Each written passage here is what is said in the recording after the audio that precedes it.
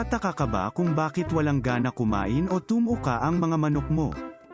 Nahirapan maghinga, sarado ang mga mata, at nalalaglag ang mga pakpak nito. Sinisipon at parang gustong manatili sa isang tabi, may dugo at parang nakadikit sa puwitan ang dumi. Nakakalungkot kung ganito palagi ang makikita mo sa inyong kawan ng mga katutubong manok. Mas nakakasaya makita ang mga sisiw na masisigla, malakas kumain, maaliwalas ang mukha, at kumikintab ang mga balahibo. Sa pangkabuuhan, may magandang pangangatawan na pumapekita ng masisiglang mga manok. Ang indicator na ito ay patungo sa mataas na survival rate. Ibig sabihin makatipid ka sa mga pangtambal at maraming manok ang mapalaki para pangbenta.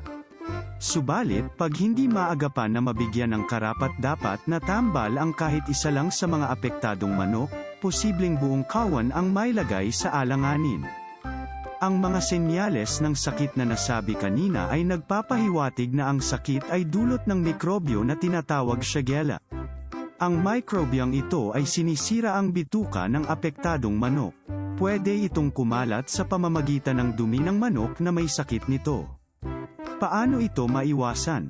Panatilihing malinis ang kapaligiran at kulungan ng mga manok. Ihiwalay ang may sakit sa lugar na medyo maligamgam at may akses sa patuka at tubig. Siguraduhin na maganda ang daloy ng hangin sa loob at labas ng pabahay ng manok. Anong ang pangtambal sa sakit na ito? Kumuha ng ilang piraso nga butil ng bawang, balatan at dikdikan. Ihiwalay ang katas sa naduraj na butil ng bawang. Gamit ang tuberculin, bigyan ng 0.2 hanggang 0.3 na mililitro ng purong katas ang apektadong manok na may edad pababa ng 45 na araw. Pwede itong dagdagan hanggang 0.5 na mililitro sa mga matatanda na manok. Ibigay ito sa gabi. Gawin ito isang beses sa isang araw hanggang mawala ang mga senyales ng ganitong uri ng sakit. Kung kulang ka sa panahon para magprepara ng pangtambal, aming ipinapakilala ang Central Philippine University Developed Garlic Emulsified Concentrates. Ihalo ang isang kutsarita nito sa 5 kilo ng CPU feeds. Kung medyo malala ang sakit, gawing 1 kutsarita bawat kilo ng patuka. Gawin ito every other day. Mas mainam kung ang booster feeds ay haluan nito bago ibigay sa mga sisiw bilang prevention. Ano pa ang hinihintay mo? Tumawag sa mga numero na makikita sa inyong mga screen para mag-order.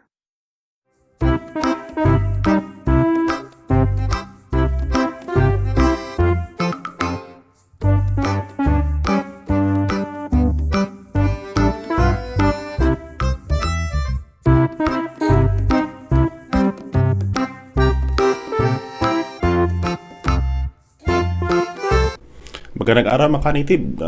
Tuloy pa tayo dito sa ating mga episode and the Philippine Native Chicken would like to extend our gratitude sa lahat-lahat po ng mga tumatangkilik po sa ating short videos na ito. Ito kasi isa sa paraan natin para at least makapaabot sa inyo ng mga teknolohiya na gusto po ninyo, lalo na po sa pag-aalaga po ninyong alagang manok. Isa kasi ito sa mga critical na bahagi. Again, this is your host, Dr. Jaime C. Cabares Jr. Nabati po sa inyo ng magandang araw kung saan man kayong bahagi ng mundo o di kaya sa ating mga OFW dyan, sa ating mga netizen all throughout the Philippines and outside the Philippines. Magandang araw po sa inyo. Sana po nandiyan kayo sa mga mabuting kalagayan. So, in behalf of our President of Central Philippine University, Dr. Choroso Robles, kami po ay mapaabot po ng aming pagbabati sa inyo dyan. So ngayong araw po, dagdagan natin yung makwentuhan natin. Isa kasi sa mga nakita natin is that we are also overwhelmed by the reactions and the messages sent to us. Kung may katanungan po kayo, pakilagay dyan po sa ilalim, sa comment section natin, para at least sa mga susunod na episode po ating talakayan. Lalo po mga katanungan ninyo na of significant value, na kung saan po mas lalong kinakailangan po ng ating mga kababayan.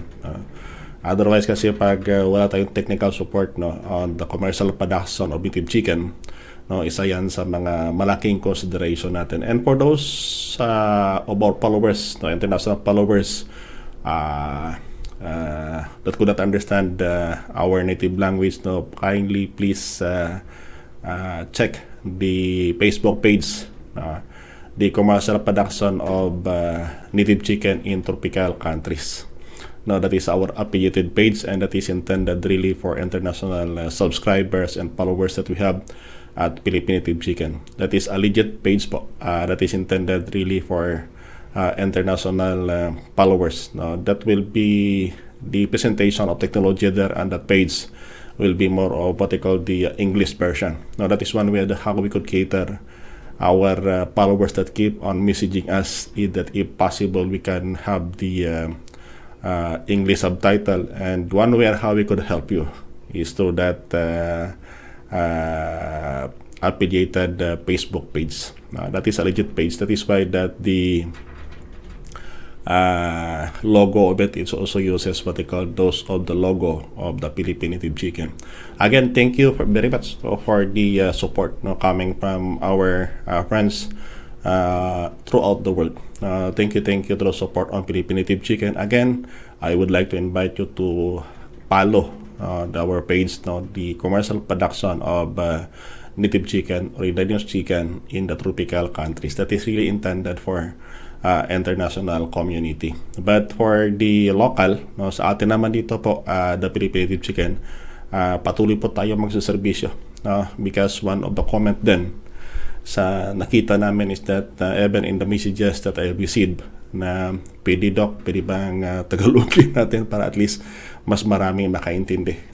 Sa mga gusto na English, paki-check lang po. That is a legitimate page po ng Philippine Native Chicken na kung saan po intended talaga for the international followers of subscribers that we have. That is in relation also on how we promoting technology. Kasi mateknolohiya natin dito on the Philippine Native Chicken. No, this is not only applicable in the Philippines but even in some of the tropical countries, having the climatic condition like of the Philippines. Even the housing that we have. So keep on following us. Thank you for the increasing number that we have. Thank you for the trust and confidence to Central Philippine University, lalo na po dito sa Philippine Native Chicken. This is one of the mandate that we have, is to really help and to extend technologies, lalo na po sa ating mga kababayan na gustong mag-alaga po ng native chicken. Now, may in one of our posting in the YouTube, may tanong ko doon, ano ba Doc yung pag-umpisa nyo? Ano ba yung mga pagkakamali po ninyo? That is one of the very good questions that you have. Alam nyo kasi, sa pag-aalaga ng manok, kahit anong enterprise po, hindi naman kasi lahat-lahat dyan will become what they call prosperous as what you're expecting. But mas maganda nang tanongin nyo, ano ba yung pagkakamali ninyo noon, kahit hanggang ngayon. Isa kasi sa mga nakita ko is that when we started the project on Philippine Native Chicken, lalo na pag pinag-usapan dito is by commercial scale. Kaya nga sabi ko sa mga previous episodes that we have, na kung saan nandoon kasi yung supply, sabihin mo nandoon pa yung demand and then the prices na makita mo talaga na may kamahalan compared with that of the broiler chicken. But why is that the supply of native chicken hindi dumadami sa market? And that is common sense will tell that if there is really money on it at hindi ganun kakomplikado yung proseso, many would like to venture on it.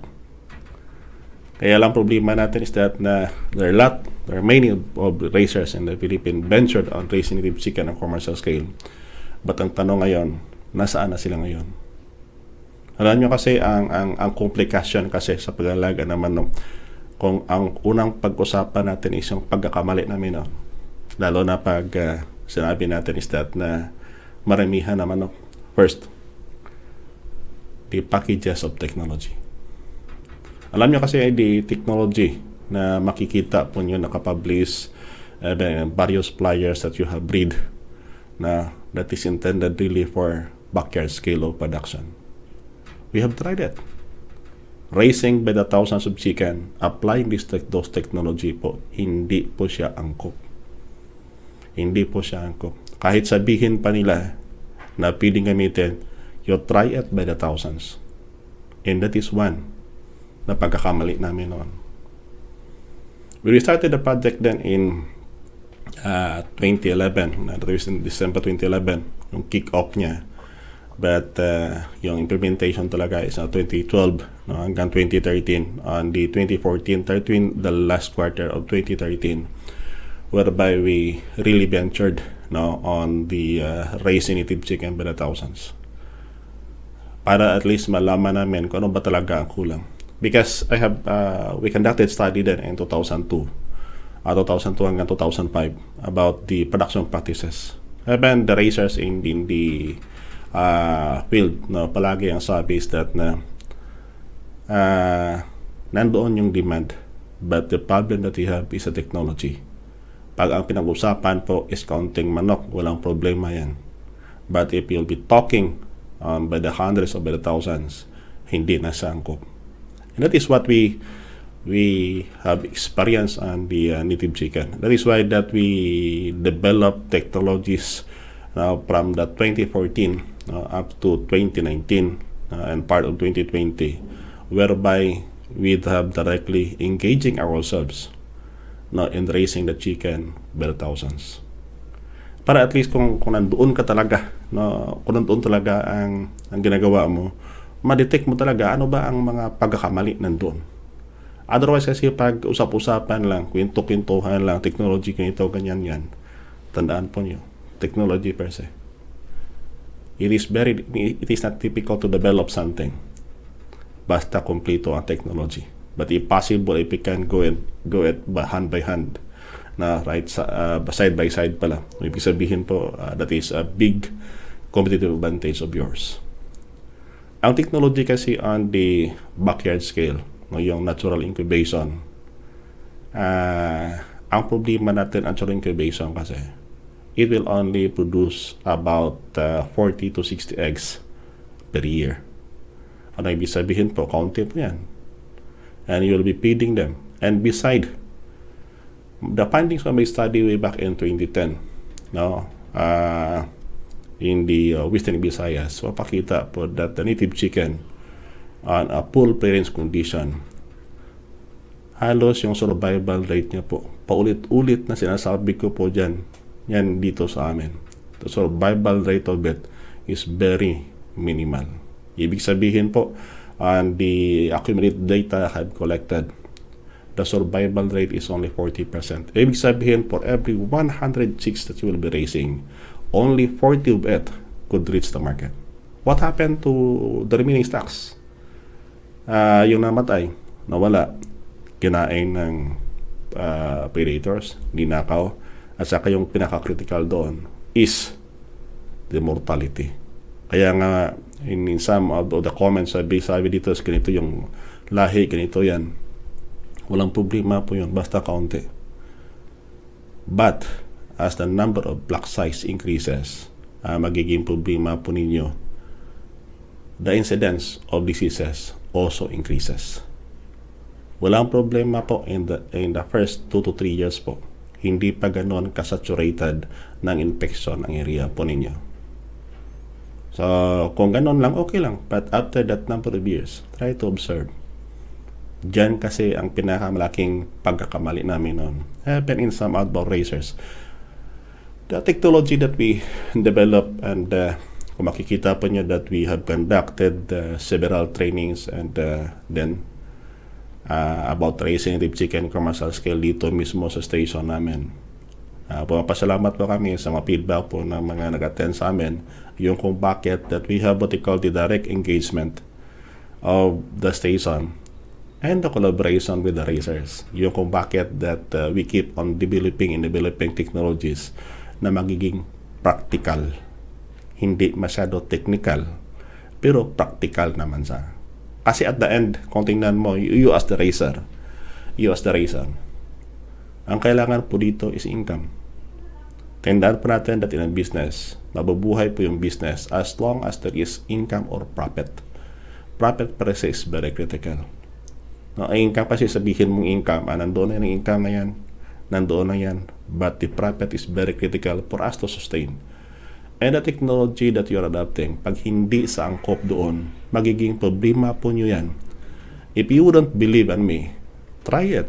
Para at least ma-experience nyo din at saka makapag-second emotion din kayo to what happened to our station din. Isa yan kasi, technology is very critical. Kahit anihin yan.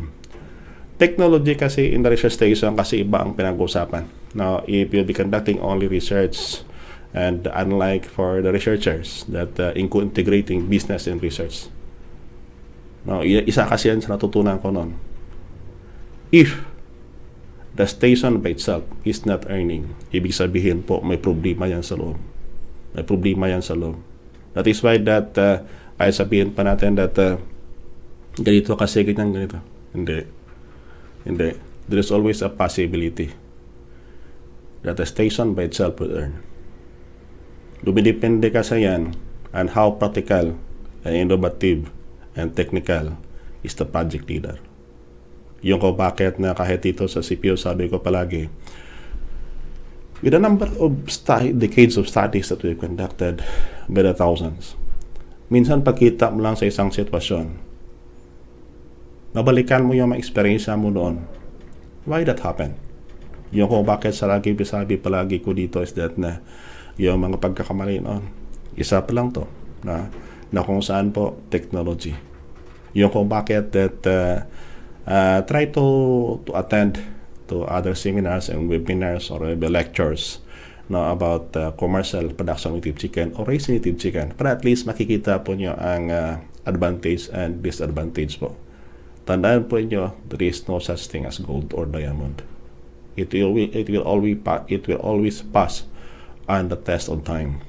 Yung kung bakit na sabihin natin parang walang mali ata doon sa ginawa, ay nako po, maawa po kayo. Kahit dito pa sa amin sa Central Philippine University, isa sa mga reason why we left our research station in Leon, kahit ganun kalawak po, because with the number of years then nandoon kami, the level of contamination increases. Ang problema mo lito doon is on how to control it. Mahirapan ka na. And beside, the wider the area that you will be raising the native chicken, the greater the problem that you will be having.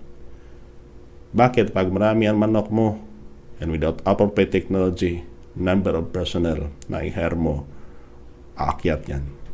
Now, what does it mean if the number of personnel aakyat? Ibig sabihin po, as the number of personnel increases po, tandaan po natin, it is always coupled with a problem. Hindi po lahat ng tauhan sa farm nyo, kahit kayo po, have the ability to manage. Yung kung bakit sabi ko palagi is that the success of technology or the implementation of technology, it is always on a percentage basis whereby only 20% of your success is attributed to technology. 79% is associated with management and 1% is associated with tactics. That is why that if you will be yung sabi ko palagi is that to verify what I'm saying, try to ask if you're attending seminars and webinars. Try pa nyo tatanungin yung speaker, ano ba ang mga pagkakamali nyo noon para at least makita mo. And that is what we are doing here at Central Philippine University. Kaya ako nagpapasalamat doon sa tumanong anong pagkakamali. At tuloy ngayon pinag-usapan natin is isa pa lang, technology pa lang. Ibig sabihin po, dagdagan pa natin yan sa susunod na episode para at least tuloy-tuloy yung kwentuhan, para at least yung mga pagkakamali namin noon, hindi nyo na ma-experience yan. So in behalf ng aming Presidente, Dr. Joros Robles, ito yung kaibigan at host, Dr. Jaime C. Cabales Sr. dito po sa Philippine Native Chicken.